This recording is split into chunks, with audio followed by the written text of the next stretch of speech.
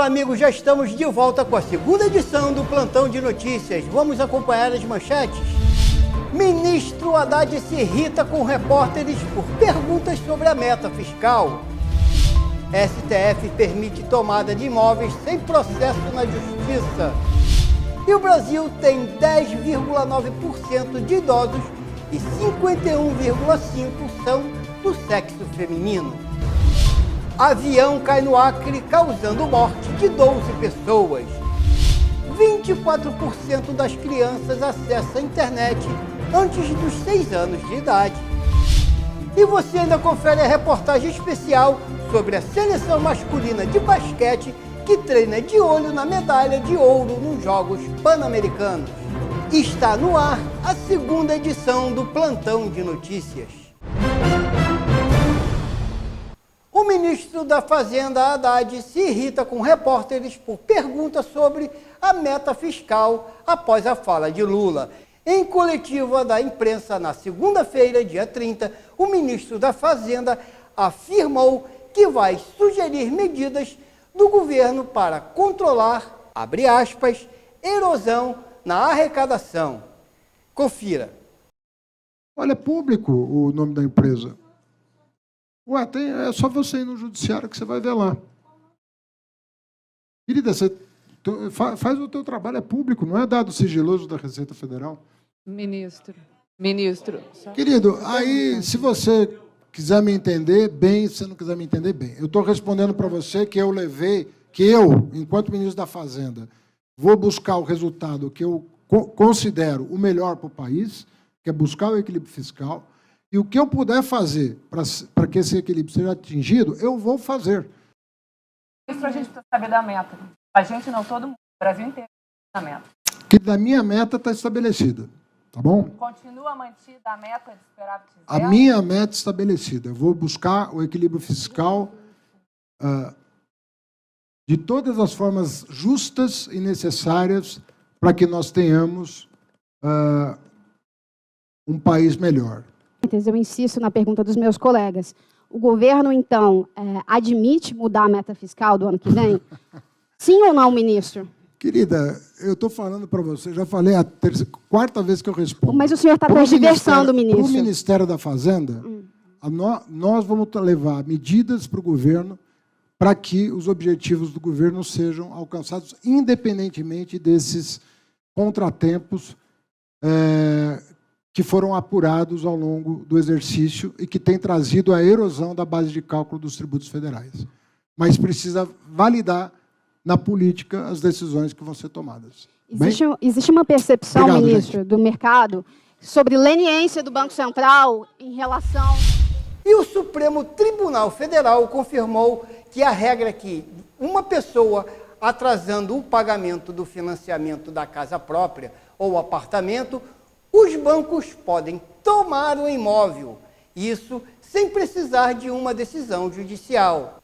Mas vale destacar que a lei, que já existe há 25 anos, foi considerada constitucional. No entanto, ontem, o Supremo Tribunal mudou essa decisão que dividiu opiniões. Confira a matéria. A decisão do STF desta quinta-feira, que validou a retomada de imóveis de forma extrajudicial pelos bancos, foi por 8-2. Assim, é constitucional que a execução da dívida do financiamento imobiliário não precise passar por um processo na Justiça. No país, são pelo menos 7 milhões de contratos de empréstimo imobiliário desse tipo. Por outro lado, o ministro Edson Fachin, voto vencido na decisão do STF, citou o direito à moradia para argumentar que a solução da execução extrajudicial, ainda que legítima, favorece o mercado de crédito imobiliário, mas retrocede no projeto de uma sociedade mais justa. Diante da ponderação entre a proteção do agente financeiro pelos riscos assumidos e a preservação dos direitos fundamentais do devedor, especialmente quando se trata do direito fundamental social à moradia, deve assegurar todos os meios para garantir o melhor cenário protetivo do cidadão e sua dignidade como um mínimo existencial. E com 0,9% de idosos, a população brasileira está mais velha e feminina. As mulheres representam 51,5% deste universo. As mudanças são grandes em comparação ao censo de 2010. Vamos acompanhar essa matéria? Uma transformação está acontecendo na pirâmide etária do Brasil. Em 1980, somente 4% da população tinha 65 anos ou mais. Em 2010, os idosos eram 7,4%. Em 2022, os mais velhos representaram 1 em cada 10 brasileiros. Assim como Carmen Miranda, que aos 75 anos continua ativa e celebra a experiência da idade. A gente vai ao museu, a gente passeia tanto que para mim é maravilhoso. Não tem nada que me prenda, nada que me prenda. No recorte do censo 2022 divulgado pelo IBGE hoje, do total da população residente no país, 51,5% são mulheres. São cerca de 6 milhões de mulheres a mais do que os homens. A expectativa de vida das mulheres é maior, né?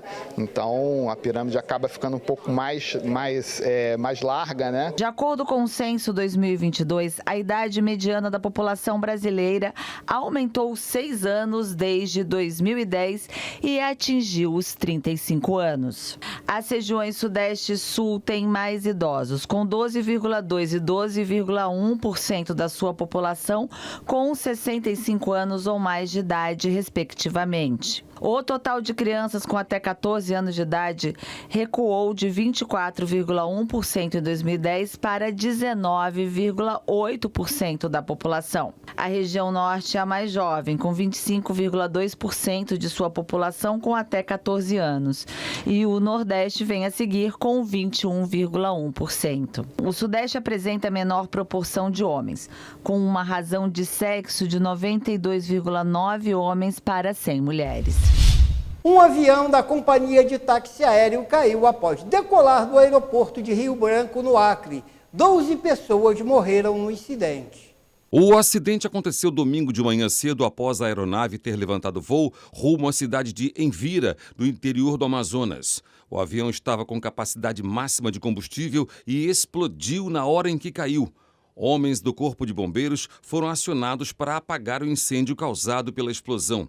A bordo estavam 2 tripulantes e 10 passageiros. 9 eram adultos. Havia uma criança de 7 meses. O modelo do avião, um monomotor Caravan, pode levar até 14 pessoas. Ele pertencia à empresa ART Táxis Aéreos. A companhia informou que piloto e copiloto eram experientes e bem treinados. Segundo a ANAC, Agência Nacional de Transportes Aéreos, o aparelho estava em situação regular e a companhia em condições de operar. As causas do desastre são desconhecidas e serão apuradas pela perícia. O laudo técnico deverá sair em 1 mês. E agora um alerta. As crianças brasileiras estão acessando a internet mais cedo. Uma pesquisa revelou que de 2015 para cá, dobrou a proporção de crianças de até 6 anos que se conectaram pela primeira vez na rede. É a maior exposição, traz risco. 16% das crianças e adolescentes conectados dizem já ter recebido mensagens com conteúdo sexual. Pesquisa lançada nesta quarta-feira revela que 24% das crianças e adolescentes se conectaram à rede pela primeira vez até os 6 anos de idade. Em 2015, a proporção era de 11%. De acordo com a pesquisa TIC Kids Online, 95% das crianças e adolescentes de 9 a 17 anos utilizam a internet no Brasil. São 25 milhões de usuários nessa faixa etária. Outro dado trazido pelo levantamento é de que o celular continua sendo o principal dispositivo na utilização do acesso à internet. Desde 2019, houve um aumento também na utilização da televisão e uma redução no uso do computador. Administrar toda essa informação é muito complicado para um jovem, né? Para uma criança, para um jovem, né? Um pré-adolescente. Por isso é importante o acompanhamento dos pais. Tem que ser feitos os combinados, né? O tempo de uso, inclusive a gente tem pesquisas que mostram que o celular está atrapalhando, né, em sala de aula. Com a maior exposição, também aumentam os riscos. 16% dos entrevistados disseram já ter recebido mensagens com conteúdo sexual. Por outro lado, 74% disseram saber como denunciar conteúdo ofensivo.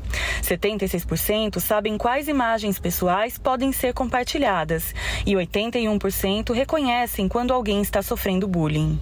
De acordo com a ONG SaferNet, as denúncias de imagens de abuso e exploração sexual infantil cresceram 84% na comparação com 2022. A melhor estratégia é o que a gente coloca como uma mediação ativa, que é participar do que a criança ou adolescente está realizando, acompanhar, dialogar, para que a partir daí consiga orientar, né, sobre condutas, né, e melhores práticas para que a criança ou adolescente tenha uma participação segura, né, e seja protegido ao acessar conteúdos e serviços online.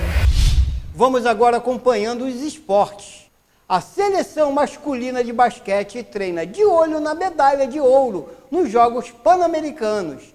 Os Jogos Pan-Americanos de Santiago já começaram, mas a bola ainda não subiu no basquete masculino. O primeiro jogo da seleção está marcado para 31 de outubro contra o México. Vamos aí então, galera, na torcida, juntinho com a seleção brasileira de basquete. Há pouco mais de 2 anos, o Gustavinho assumiu o comando da seleção brasileira masculina de basquete. Pensando nos resultados, mas também no processo, o Brasil mostrou coisas boas. Foi vice da American Cup em casa, perdendo só para a Argentina por 2 pontos na decisão. Fez um papel digno na Copa do Mundo em agosto, ganhando inclusive do Canadá, que foi ao pódio. Será que o chefe aprova o que viu? Eu acho que sim, cara. Eu acho que eu estou bem satisfeito com o que a gente fez até agora. Os nossos jogadores precisam jogar mais com os europeus, a seleção precisa jogar mais com os europeus também, porque realmente é um basquete que a gente sente um pouco de dificuldade quando avança um pouco na questão tática. Enfim, dentro das condições que a gente tem, eu fico tranquilo quando eu durmo com relação à seleção brasileira. Em Santiago, para onde o Brasil embarca amanhã, teremos um dos times mais fortes. Os Estados Unidos não estão na disputa, por exemplo. A seleção está no grupo B, junto com México, Chile e Porto Rico. Como o PAN acontece fora das chamadas datas FIBA, não havia obrigação para que equipes da NBA ou da Europa liberassem os atletas. No momento, não tem nenhum brasileiro na melhor liga do mundo. O plantel foi formado só por jogadores que atuam no NBB, que se afirma cada vez mais como a liga mais forte da América do Sul. Tem gente com passagem pela NBA, caso do Didi. E além disso, o pessoal já se entende bem. E se quer pensar em título, a seleção pode consultar o Papa Troféus de 2023. Lucas Dias ganhou tudo que era possível esse ano por Franca, inclusive fazendo sexta da vitória no Intercontinental de Clubes. Ele é o único dos 12 atletas que esteve também na campanha da Copa do Mundo pelo Brasil e quer viver mais uma emoção, ou melhor, mais um título para fechar um período praticamente perfeito da vida dele. Depois de sair do Mundial, saí bastante maduro, assim, de ver quanto eu precisava melhorar para estar no nível deles. Então, fui pro Mundial de Clubes, a gente foi lá, jogamos um jogo surreal e, igual eu disse, tive a oportunidade de fazer a última sexta do campeonato, o time confiou em mim, então foi um momento muito diferente para mim na minha carreira, cara. Eu acho que vou para lá para curtir cada momento, a gente vai se doar, para depois que, se Deus quiser, levantar o título, pra gente não deixar nada para trás, sabe? Que eu acho que é esse sentimento que tem que ficar, dever cumprir, deixamos tudo na quadra, seja o que Deus quiser. Nós terminamos aqui a segunda edição do Plantão de Notícias, agradecendo a você, amigo telespectador e assinante, você que nos acompanha pelas nossas plataformas, a nossa equipe técnica, desejando a todos um bom dia e até a próxima edição.